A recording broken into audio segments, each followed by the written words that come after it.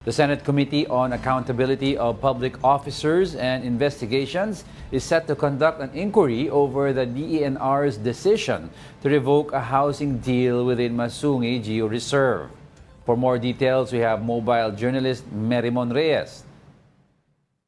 Merimon, Magandang umaga sa inyo. Ngayong tanghali ay sasagawa at sisilipin ng Senate Committee on Accountability of Public Officers and Investigations o Blue Ribbon Committee yung napinangungunahan ni Senator Alan Peter Cayetano ang pag-revoke ng DNR doon nga sa SJVA nito kasama ang private developer na Blue Star Construction Development Corporation kung mayroon bang naging pang-aabuso at mismanagement ng mga pampublikong lupain. Noong 1996 kasi kinontrata nga ng DNR ang Blue Star sa pagpapatayo ng 5,000 low-cost housing units sa Tanay, Rizal. Pero in-extend noong 2002 yung kanilang SJVA kung saan nadagdagan nito ng 5,000 pa na housing units o 300 hectares called as Lot 10 kung saan nga nag-oopera ang Masungi Geo Reserve. Dito ngayon nakita nitong Marso na kinansela ng DENR ang kontrata dahil hindi raw sumunod ito sa proseso ng procurement at bidding at may kakulangan daw sa presidential proclamation dahil hindi raw designated for housing purposes ang naturang lupa. Pero ayon naman sa Masungi Geo Reserve Foundation,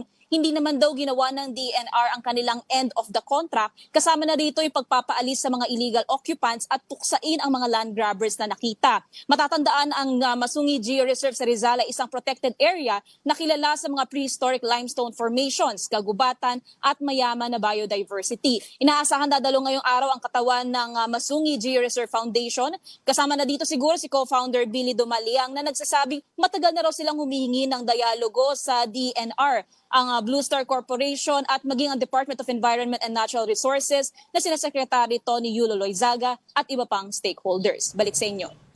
thank you for that report. That was mobile journalist Merimon Reyes.